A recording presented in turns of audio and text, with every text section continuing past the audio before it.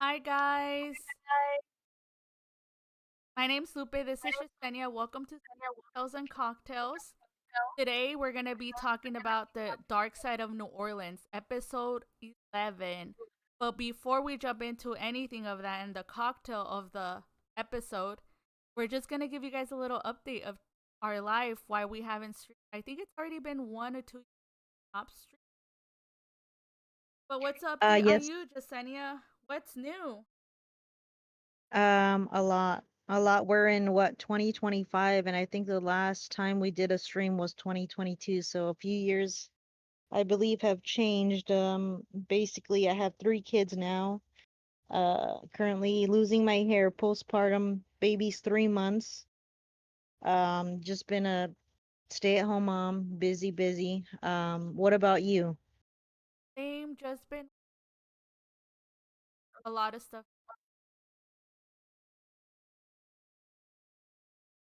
Yeah. Just working my kid. Oh Yeah, well. so yeah, Oh, go ahead. Yeah, basically, and I want to add basically to whoever is viewing this, new viewers, because I know how many viewers we got now, Lupe. 80. So 82 from it was like about 60 something like the last time we checked. So we appreciate you guys, but to whoever's new that's watching us, Uh, we're related. She's my niece. I'm the aunt. We're what, a couple years apart, and it was Lupe's idea to create this podcast because who doesn't love drinking and listening to haunted, spooky legends, you know? So Lupe decided to do this again, and yeah, I mean, Yeah, I'm like, who why doesn't love not? talking about this? It's Yeah, who doesn't Halloween love talking about season. this I'm kind of like, stuff? we need to. Yeah, yeah. So that was a little bit of I guess our welcome back. I don't know. What's the cocktail? What's the spooky cocktail? Today, the Because I know you cocktail. have one. Yes, the cocktail of the week today. Well, not of the week. Of today's episode is Beetlejuice. The stuff that you're gonna need: last cup of your choice, but it has to be a margarita. But it could be any margarita glass you have. A cocktail shaker, 1.5 ounces vodka of choice, and 0.75 ounces of melon liqueur, and zero point 0.5 ounces of lime juice, and half a cup of ice. Step 1, add the ice to your cocktail shaker. Step 2, add your vodka, your melon liqueur, and lime juice. Step 3, brim your margarita glass with black sugar. Pour the content, uh, pour all the stuff in that you had in the glass cup. Top it off with ginger, and then as a garnish, gummy worm, or it could even be, those gummy eyeballs to have a little spoon drink. But yeah, that's our cocktail for. But what information did you get, Yesenia, of the topic that we're gonna talk about today about Mary Laevu and the vampires? What's the information you got? Yeah. Hi, Edwin's World. Right. All right. So I have episode 11, right? Dark Side of New Orleans. So I'm starting off with Mary Laveau. She was born in 1801. She's known as the New Orleans voodoo queen in the 19th century when slavery was a big thing. Basically, she started off being a hairdresser for the wealthy people. Um, and then on the side, she would practice voodoo. But she mixed it with, so it was basically, let's see, she was, it, okay, it's called the Louisiana Voodoo. It's a spiritual tradition, but she blended it with Catholicism and other influences. So she did the rituals in Congo Square, which was like a big like a heartbeat of Louisiana back then. I'm sorry, New Orleans. And since the slaves always had Sundays off, I know Sundays, because of church as well. Um, so then they would do the rituals there, dance and all that stuff. So she was basically known as being charitable, and she offered gifts to the poor, and she performed healing, exorcisms, sacrifices to the spirits, rituals. She did oracle cards, like all that, all that crazy stuff, right? So they considered her a very powerful woman back then. And she had a pet snake called Lee Grand Zombie, What? which translates That's a to, really cool name. That's I know, yeah, but it translates to Great Zombie, and it represented the voodoo deity Damballa, creator of life and ruler of the mind. But do you that name sounds familiar? Do you remember Chucky? yeah, like the Chucky doll. Didn't he say Damballa or something in Oh, his I think ritual he too? did when he was Did trying to it? take over the little kid's body. Yeah, Andy's Yeah, body. yeah, yeah, and Where that's he what says, reminded me of "Ah, that. Timbala, give me the power I gave." Yeah. Yeah, yeah, when I was researching it, I thought it was funny, but yeah, so that snake, it was her pet snake, but she used it for rituals as well since it represented the deity. And she would take it too on Sundays, to dance with it, do chants and songs. And I thought that was pretty cool.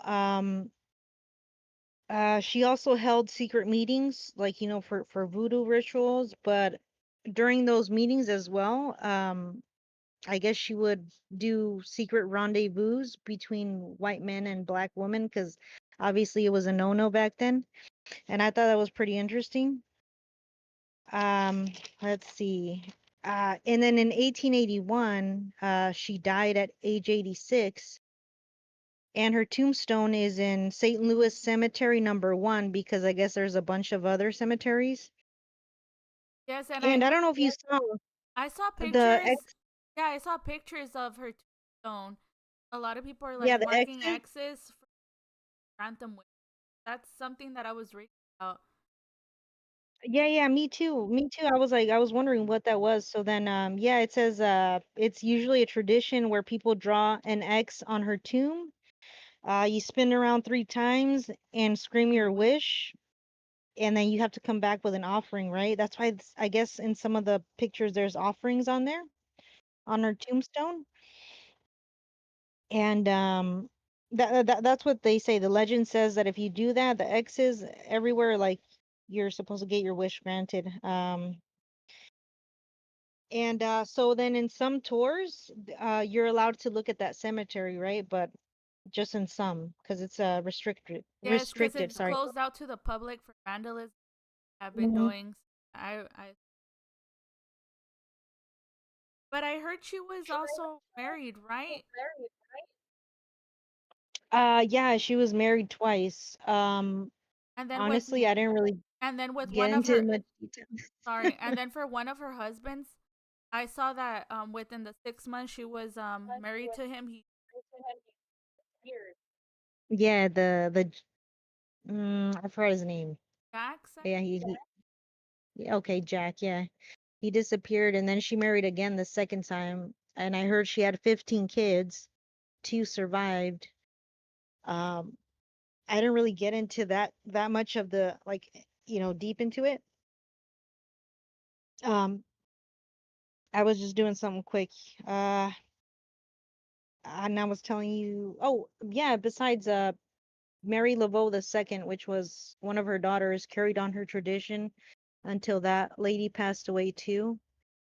But it says now that the lineage, there's a couple people still that live in New Orleans that have her blood. But obviously they probably don't practice the religion. But I thought it was pretty cool. Oh, which brings me back to the tombstone. So did you know I was researching more though about the tombstones there? Did you see how it looks like a house Yes.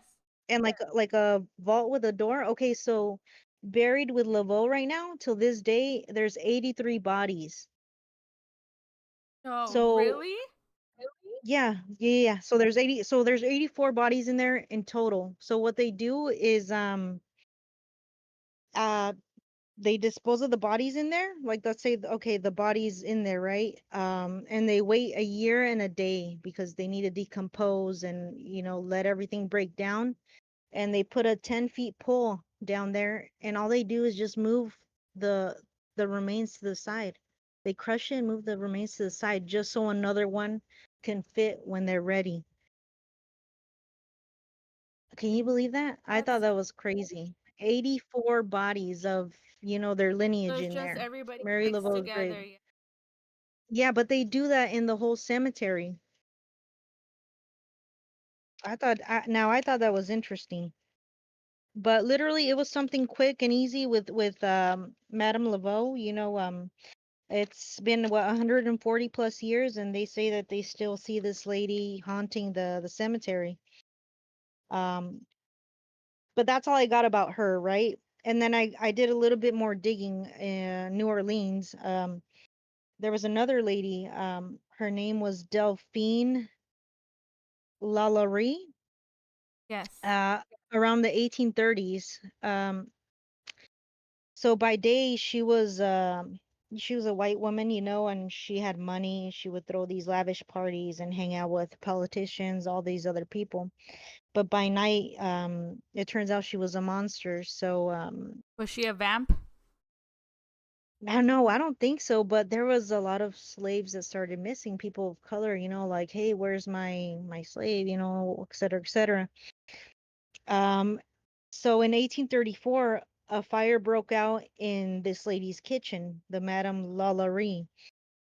So then the firefighters are going in. Somehow they end up in the attic, and they find right there they find mutilated bodies of those slaves. Some of them were chained, tortured, and you could tell they were experimented. And now, like, everybody was like, what the hell's going on with this lady? She's crazy, because obviously the lady didn't look like she did none of that. So then when they found that out after the fire broke out, a whole mob was starting to search for her, and the lady vanished.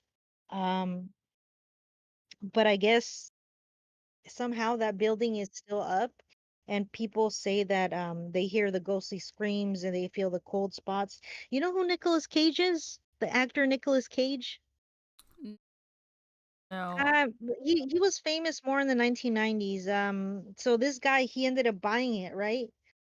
And then he ended up selling it too because he claimed it was cursed. Like I like you can hear, like, obviously the screams and everything, et cetera, et cetera. And I thought that was pretty cool because I know I had to do research about the Madame Laveau, but when I came across this, the La Laurie Mansion, I was like, I need to add this on there. Definitely. All right, but yeah, that's all I got. Something quick and easy. Oh yeah, dang, that's really crazy though. But for some reason, I was looking at one that you're um, Mhm. it kind of sounds like she was a vamp, cause You think so? yeah, cause Saint Germain is kind of the same thing, like the same way you kind of described her was the same way he was, and then the Carter brothers were. Okay, tell me more. Hmm. Yeah, he was believed to be a vampire because of his mysterious ways and the way he obtained himself in high society hosting parties. Oh, okay. He was a wealthy and charming man, and when he hosts these lavish parties, he would will do them in the French quarters, and he would always, like, make food. Well, not, he wouldn't make food, but he'll have this big old gathering. Well, obviously it's gonna be food and drinks.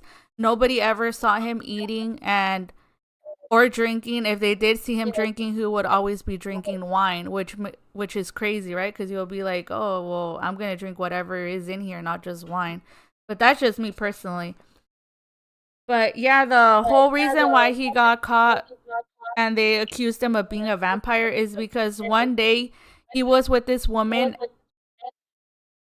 on the balcony, and she fell, and she said that he was trying to, suck her blood.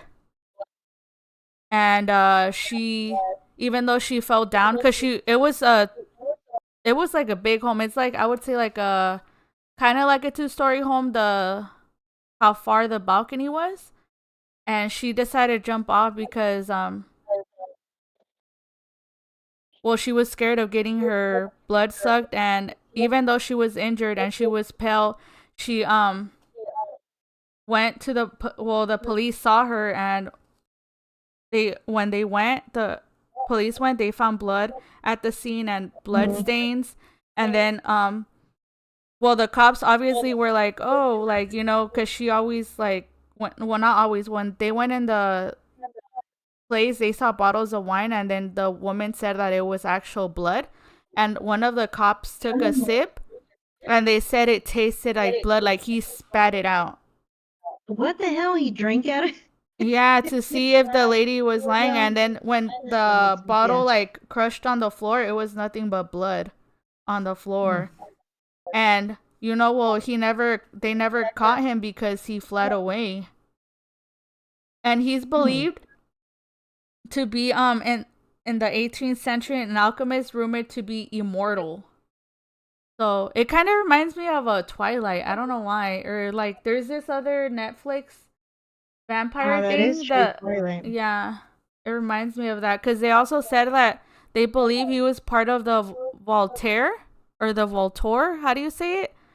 But Voltaire. Yeah, you're right. The yeah, Voltaire. If I'm saying it wrong too, I think it's Voltaire. Voltaire. Volturi. yeah, Volturi? yeah, I that. don't know. However it is, but yeah, that's what I I found. thought that this stuff was only in movies. No, I thought so too, and I'm like, what? When I saw the story and I read more into it, I'm like, that's crazy how, it all broke down. It's all like, is this Twilight that I'm reading? Yeah, no, but you're right though. Okay, being handsome because the lady, Madame Lalaurie, was very beautiful as well and was very powerful and had money, and Yeah, she would throw parties yeah, too. lavish parties. Yeah, Huh. that's how the way they would catch attention. I think to get their prey. That makes sense. Shit. Yeah, and then the other one that I also looked up for is the Carter brothers. It's in 1932 New Orleans. New Orleans, a frightened girl runs down Royal Street and is stopped by a police officer. She tells him um, she was kidnapped and held captive by two men who were vampires. She shows wounds and looks pale, so the officer decides to investigate despite of his doubts. And the police go to the apartment. The girl described at the corner of Royal and Saint Anne Street. And inside there were four victims still alive but tied and weak, and their wrists were bandaged and bleeding. Several dead bodies drained of blood and wrapped in sheets, which is crazy, huh? And then No, yeah. and then the victims say two men would leave during the day and return at night to drink their blood, and that's John and Wayne Carter. And then police waited until the men returned at night. When the two arrived, they were ambushed and both resist captured with surprising strength. The brothers are like I told you, are identified as John and Wayne Carter, and that's how the legend became. But the two brothers are smart because they were ordinary dock workers. So who would suspect that they would be vampire killers? Well, not vampire killers, but vampires killing their prey or humans. And they confessed immediately when they got caught, and they begged the police to kill them, claiming they're real vampires. So they did end up getting caught. The good thing about this story is that the Carter brothers did get caught, but the thing is that where the place where they were buried, there was no when they opened there was nothing in there.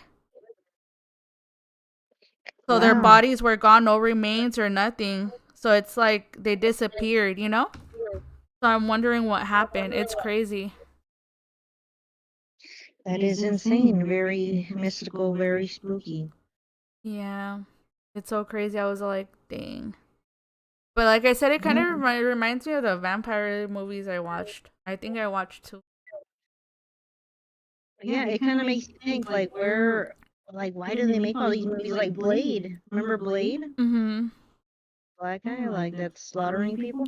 But it says like still till today they practice vampirism in New Orleans.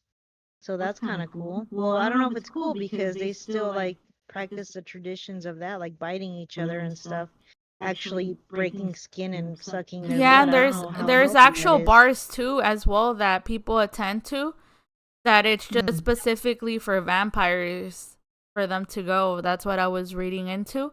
Because this lady interviewed a lot of people from New Orleans, and they said that I don't know, some made their own things.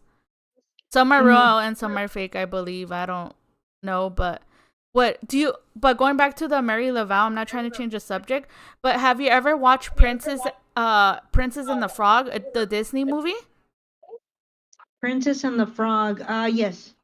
Yeah, it reminds me so much of Mary Laval because you know how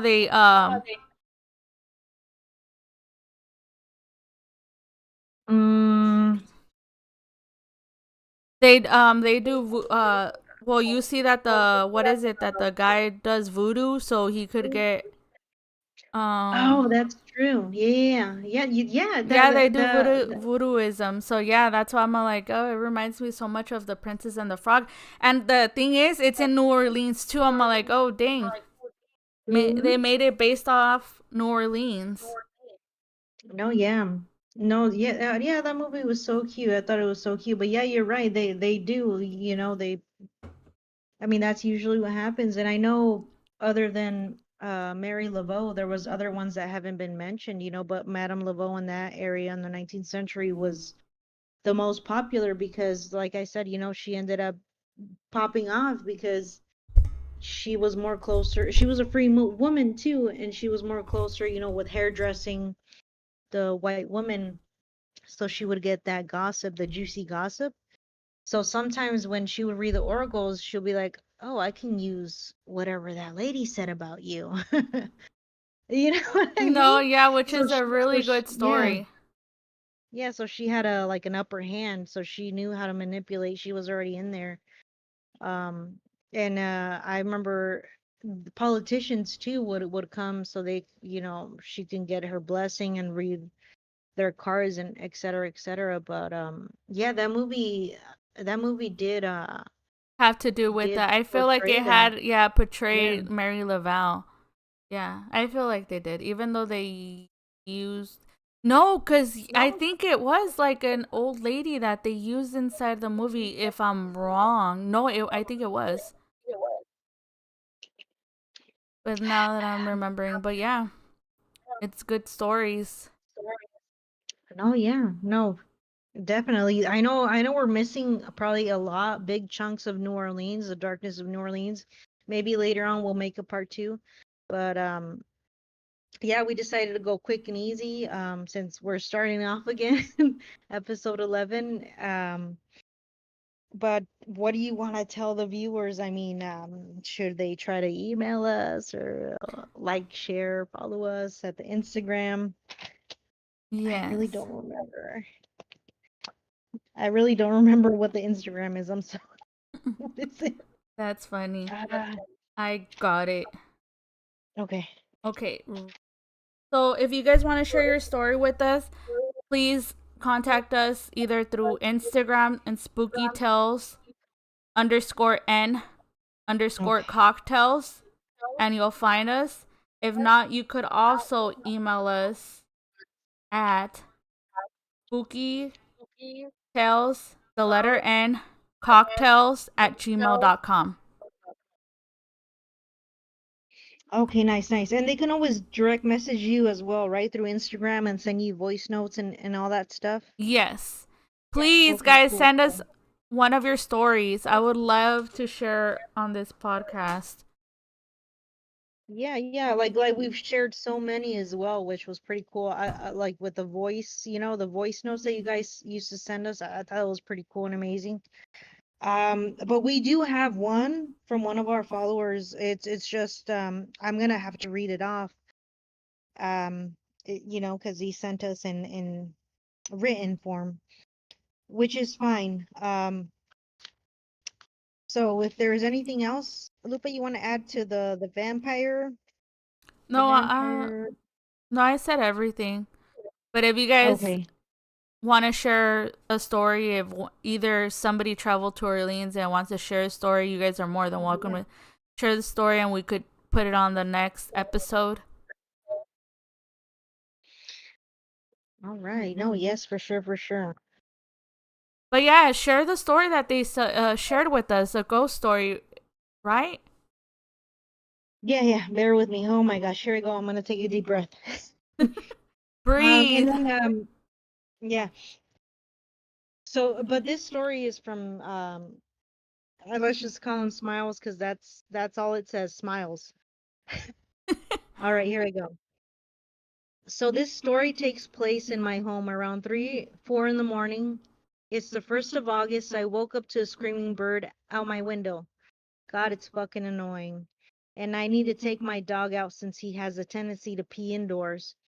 I scooped him up from my bed, carried him down the hall and into my kitchen. Once I've set him down, I open the sliding door that leads out to my backyard. I peer out to the outside and look around since I always want to make sure nothing's out there and spot a tall dark figure standing idly by our outdoor bird cage watching me. Only 20 feet away, my arm hairs start to raise, blood begins to grow cold. Mine screaming at me to close the door, but I couldn't. My dog was already out there. I couldn't just close it. So I was forced to wait, keeping an eye on the being who kept my voice quiet and made time walk. And what after felt like 10 minutes passed by, my dog comes in and my hands frantically close the door. Only then being able to feel the sheer panic that fell absent. Afterwards, I rushed to the front entrance to lock both locks and turn on all the lights as well as close the slider. Um, the slider window atop of the bathroom shower, and before retreating to my room, I quickly rushed to the garage door. I forgot lock I forgot lock located back in the kitchen, and once it was, a wave of solace washes over me. But only for a short time was it lived when I also spotted a glowing white eye peering at me walking by between the curtains of the same door I had closed to keep it out. And after closing the curtains, too, leaving no way opening, did I finally retreat back to my room, where I stayed up until the sun took its first breath and shone light. All right, and then here's another one. It's from the same dude, Smile. Today, 12:07 a.m., and during the making of this story, I recall an instance of the same fear, only not as intense, being washed over me suddenly on my way back home with my mom. Me and her were nearly home when I suddenly felt uneasy, unsafe, like I could die. Although it was my body telling me that we were in danger, I still didn't know why. So I urged my mom to be cautious about driving, and before reaching the stop sign right off my house, I could have sworn I seen the same dark figure in the middle of the street just before disappearing as I approached it. My mom didn't see it, but I did. 12:07 a.m. And I'm starting to think it wasn't there for nothing. I'm starting to think it was there for me. 12:08 a.m. I also just heard some strange noises, somewhat like weeping in a way, just a little bit away from my house, like a few minutes ago. 12:09 a.m., but it's probably nothing. 12:10 a.m., but if I disappear, you know why. Ah, good story. And here it keeps going again. Today at 12:15 a.m. And one more thing, my mom very rarely sees anything. She's only seen one or two things like this in her life. 12:17 a.m. But me and my siblings see things like there are housemates that make their presence known when they please. All right, 12:18 a.m. She believes it's because we're not devoted to God like she is, going to church and always prays when she is hoping nothing bad comes our way. I've seen 55 plus, 12:21 a.m. And we don't know what's happened in our house or if it was built over a cemetery, but my mom forbids that we ever try bringing anything in here that will allow us to find out, as in EMF readers, the Ouija board, ghost boxes, etc. All right, the last note, 12:22 a.m. But Gore has definitely had the worst of them. Anyways, that is all. Very nice. Very nice. Very creepy. Dark figure. There's something going on in his house, around his property. What do you think? That's scary. That is pretty creepy. I I like like the the way way he he detailed detailed it it though. though. Very Yeah. detailed Didn't you timestamps in there. didn't you once tell me that you do see dark figures? Sometimes at her home, but not usually. Occasionally, once in a while, when you feel that on the Which corner is of your eye, crazy you're not cuz in. it's really close to you. Like his story is really close to you. Oh my God, that's true. He lives, I'm sorry, Vista area, Oh, and don't I'm in get yeah. Escondido. Uh-oh, there's my baby crying. But yeah, thank you guys. That's it for today. Thank you guys, whoever joined, whoever subscribed. Thank you for all your love and support. And you guys have a wonderful rest of your night. And for next episode, please send us your videos. Well, not videos. Well, yeah, your it could either be a Voice video note, or voice recording, video. message, and we'll show it up on here and we'll really appreciate it. But thank you guys for watching and have a wonderful rest of your night and see you guys till next time. See you guys Bye. next episode. Bye, guys.